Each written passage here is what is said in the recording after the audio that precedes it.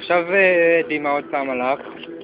אני אדגים שתיית בירה בסגנון חופשי.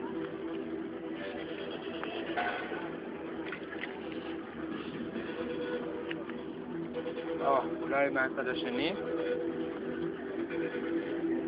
האחראית פה רואה אותי מרחוק נראה לי. בסדר, אבל שטויות.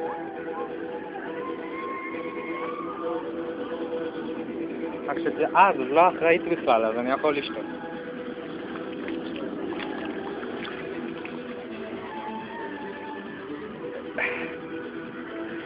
חרא בירה, מה?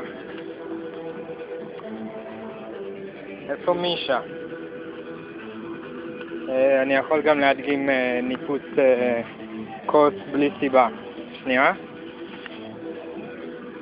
שימו לב, כוס, כן? הופה. אני ניפצתי אותה כרגע בלי סיבה. היא הייתה שלמה לגמרי ואני ניפצתי אותה. יש לי פה גם לימונדה. אני יכול לשתות לימונדה. אני כרגע שתיתי לימונדה.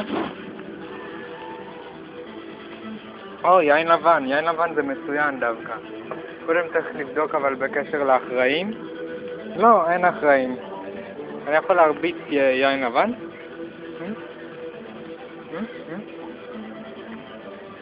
גם היין חרה. הכל פה חרה. ככה זה סגנון חופשי. גזר? אולי גזר? לא.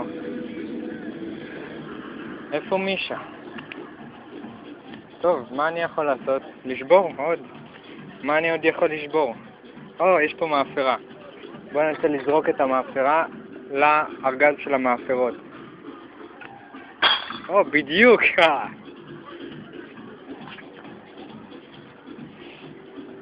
נשארה פה עוד כוס, אני חושב שהיא שבורה, אז יש לי אישור לשבור אותה גם מבחינת האחראים. ככה אני חושב שזה עובד. כן, הנה, כוס שבורה. שיט. היא לא נשברה. בואו נזרוק אותה על הגן. זה גם לא נשבר. כלום לא נשבר לי, מה קורה לי? טוב, נגמר.